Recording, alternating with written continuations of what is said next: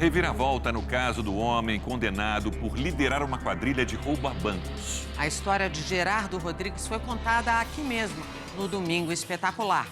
Durante anos, a família reuniu documentos e digitais para provar que ele estava longe da cena do crime. E essa semana, o eletricista foi solto e reencontrou a mulher e os filhos. Mas por que aqui no Brasil tantas pessoas inocentes são colocadas atrás das grades?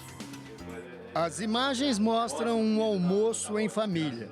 Uma cena banal, se não fosse por um detalhe. O homem que está na ponta da mesa experimenta a primeira refeição decente depois de um longo tempo na prisão. 3 anos, 2 meses e 11 dias. A história do seu Gerardo foi contada aqui no Domingo Espetacular 2 semanas atrás. Acusado por um crime que não cometeu, o aposentado foi julgado, condenado e trancafiado em uma das prisões mais violentas e temidas do Brasil, a penitenciária de Pedrinhas, no Maranhão. Eu tô chorando. É pela injustiça que fizeram comigo. Pela injustiça. Que você é humilhado, você é tratado como ladrão, uma cabra velha, ladrão sem vergonha. Seu Gerardo foi preso em setembro de 2021, acusado de ser o chefe de uma quadrilha que assaltava bancos no Nordeste. O aposentado foi confundido pela polícia com um assaltante conhecido como Paulista, considerado perigoso e entre os criminosos mais procurados pela Justiça do Ceará. E eu não vi só para te prender, não. Eu tenho ordem para te matar. Seu velho ladrão sem vergonha, seu safado ladrão. Falou desse jeito para mim, o delegado, né? Aí eu falei, você tá falando com a pessoa errada, cara. Você tá falando com a pessoa errada. Várias testemunhas comprovaram que ele estava em Fortaleza a 800 quilômetros de distância de Codó quando o assalto aconteceu. O primeiro dia, que foi dia 16, eu tinha votado. Aí no segundo dia, que foi o dia 17, eu fui na agência e saquei dinheiro. O banco onde ele sacou o dinheiro confirmou que o saque foi feito através da biometria, que é quando o cliente tem que usar a digital para confirmar a identidade. Mas nada adiantou. Puxa meu CPF, tá lá minha declaração de renda. Ladrão não faz declaração de renda, não. Aonde que existe isso? Um ladrão fazer declaração de renda todo ano? O aposentado, então, foi condenado a 15 anos de prisão. E eu dentro do presídio já era. E eu naquela esperança, como eu era inocente, naquela esperança, que quem não deve não teme, eu achando que no outro dia o advogado ia me tirar. E o advogado não apareceu. A situação só mudou no começo deste ano, quando a família conseguiu o apoio de 2 advogadas que revisaram todo o processo e perceberam erros graves na investigação.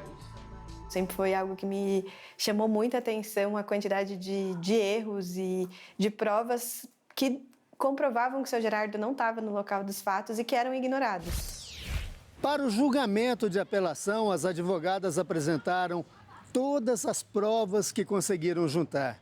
E desta vez, os desembargadores reconheceram a inocência do seu Gerardo.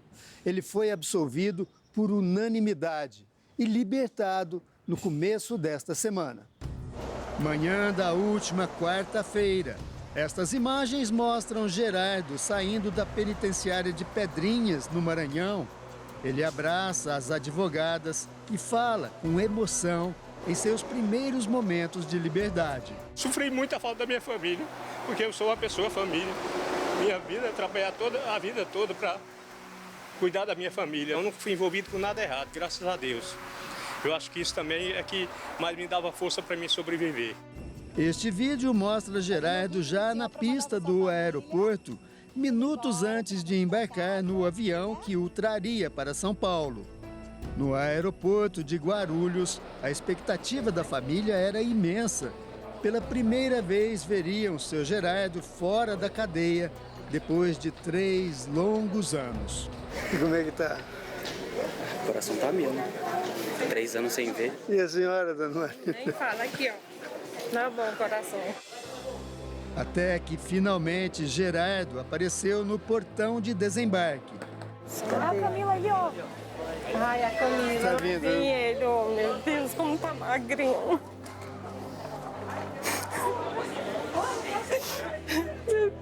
Ele tem que ter bom. Ai, meu Deus do céu, obrigada, Senhor. Agora, realmente, eu estou feliz. Graças a Deus, chorei muito hoje. É um milagre de Deus. Eu nem tô acreditando. É um milagre. E agora você está aí com a dona Até Marina, agora eu não sei, o se eu Miguel, tô sonhando, Miguel. eu não sei se eu estou sonhando ou se eu estou na vida real. Agora em casa, cercado pela família e ao lado do neto, Gerardo tenta recomeçar a vida que foi interrompida pela justiça. O almoço com tempero nordestino foi preparado especialmente para ele. Tanto tempo sem comer a comidinha caseira, aí graças a Deus, Deus me abençoou. Eu estava com 3 anos, 2 meses e 11 dias sem comer um pedaço de carne. Comendo frango, salsicha. Mas o almoço e a alegria da liberdade não disfarçam as sequelas da prisão. Foi lá que ele contraiu diabetes, hipertensão e perdeu 26 quilos. As memórias do cárcere também o perseguem. Os filhos já perceberam pequenas mudanças no comportamento dele.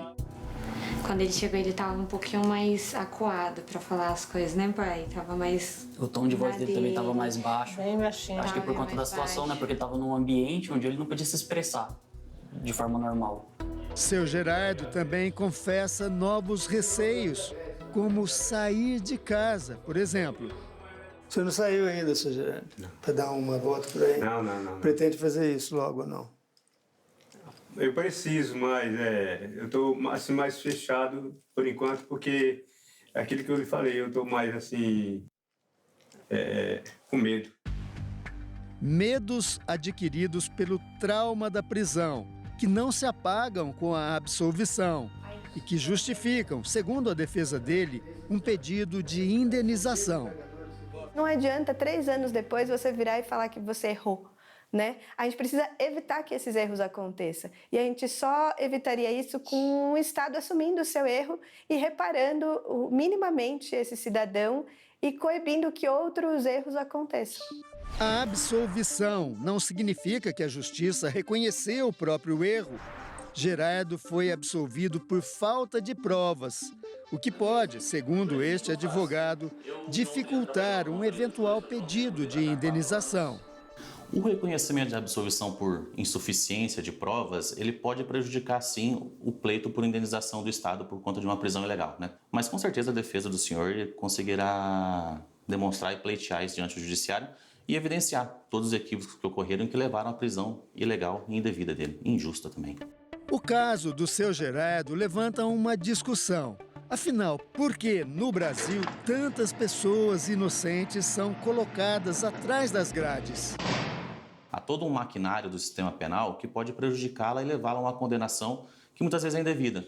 Pode ser um reconhecimento feito de forma equivocada, sem seguir os procedimentos do CNJ, pode ser uma má valoração das provas, pode ser, às vezes, um excesso de trabalho que assola o Poder Judiciário com o Ministério Público e não consiga observar detalhadamente essa questão que está sendo julgada.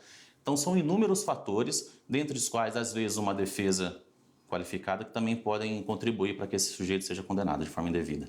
A prisão injusta do seu Gerardo ainda cobra um alto preço e fez surgir para ele dúvidas que antes não existiam. Mas o senhor confia na justiça ainda?